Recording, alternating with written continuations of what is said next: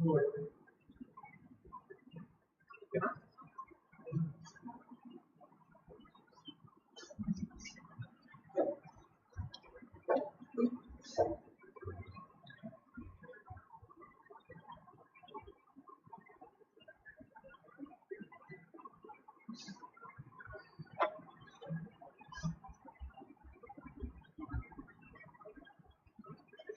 good morning, people.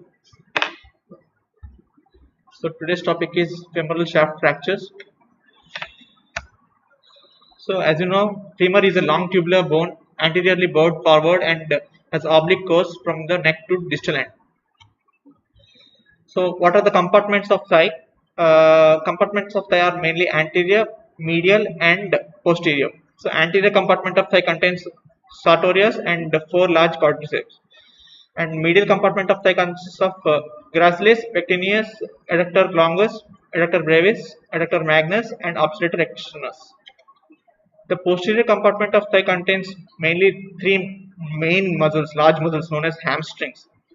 And femur is also surrounded by massive musculature which provides blood supply to the femur bone. As you can see here, anteriorly we can see rectus femoris, vastus, and medial you can see adductor longus, gracilis, adductor magnus, and etc.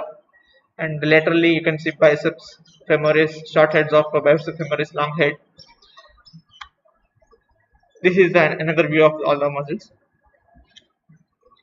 So, fracture shaft of femur. What is fracture shaft of femur?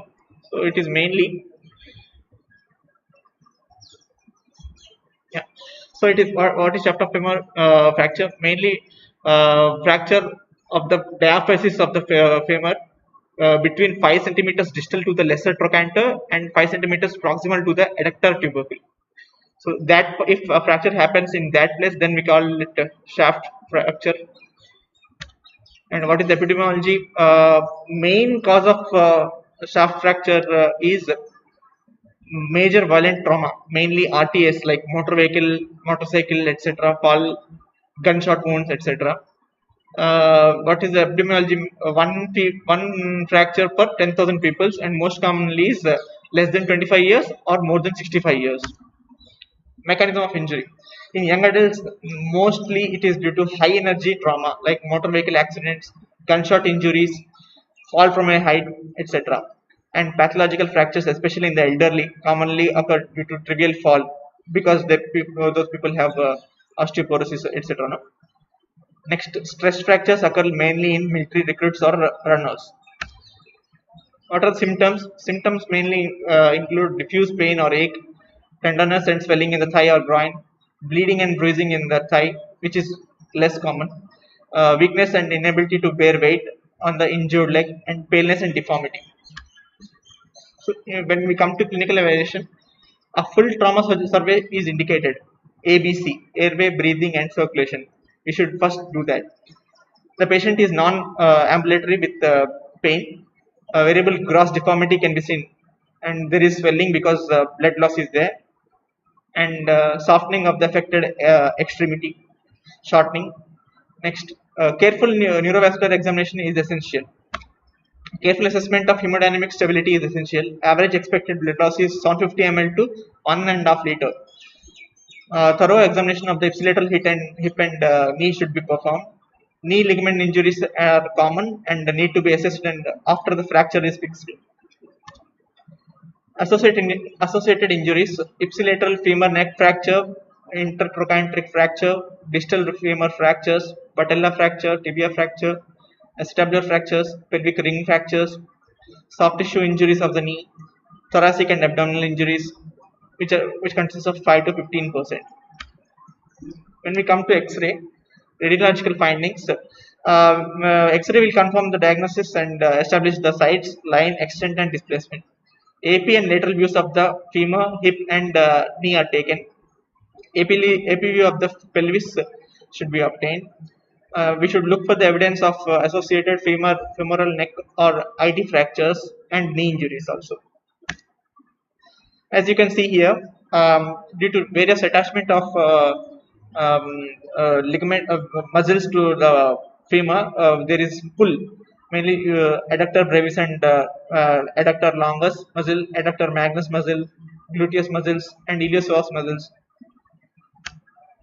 If the fracture is in the middle one third of the femur, then pectineus muscle, adductor muscles, and iliopsoas muscles act on them, including gluteus muscles also.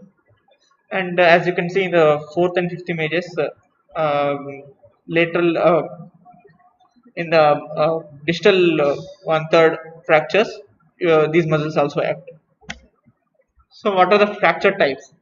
The fractures are mainly oblique fractures, comminuted fractures, spiral fracture, and compound fracture. Rehnquist and Hansen classification 1984. So according to this, we generally classify type 0 is there is no comminution. Type 1 is insignificant butterfly fragment with transverse or short oblique fractures. Type 2 is large butterfly or less than 50% of bony width or more than 50% of cortical contact. Type 3 is larger butterfly leaving less than 50% of the cortex in contact. Type 4 is segmental comminution. The same thing is depicted in the images here. This is the AO classification. In AO classification, we have A, B, C, and internally they are divided into A1, A2, A3, B1, B2, B3, C1, C2, C3. Coming to management in pediatrics, in pediatric patients, especially in infant patients, if the fracture is stable or undisplaced, then we treat by using splint. If the fracture is unstable or angulated, then we use Pavlik harness, gallows traction, or spica cast. If the age of the child is 1 to 6 years, then in case of stable fractures, we go for immediate spica cast. In unstable or unacceptable reduction, then we go for traction with spica cast. In fractures which include multiple trauma, then we go for flexible intermedullary nail or external fixator. In pediatric group of 6 to 11 years, in case of low energy and stable fracture, we go for early spica cast. In high energy unstable fractures, we go for traction with spica, plating or external fixator or flexible nail. In more than 11 years age group, we go for internal or external fixation, external fixator for comminuted fractures, or unstable or compound fractures. So you can see here, this is the Pavlik harness used for ages less than 6 months. Then the picture below is hip spica cast for ages up to 5 years. This is gallows traction, and this is pediatric Thomas splint. Next, flexible intramedullary nail fixation. You can see here in the middle of the long bone we have intramedullary nail. When it comes to adults and non-operative, then we go for traction, which is skeletal traction, or Thomas splint, or cast braces, which is uncommonly used nowadays. For patients in whom surgery needs to be delayed, or temporary stabilization with skeletal traction is required. So in these patients, if we want to postpone the surgery, then we go for skeletal traction with attachment of weight. So operative fixation options. So operative fixation options include mainly intramedullary fixation, open reduction and plate fixation, and external fixation. This is intramedullary fixation. You can see IM nail, intramedullary nail. This is plate fixation. And plate fixation, what are the indications of plate fixation? When patients are patients have very extremely narrow medullary canal, then we go for plating.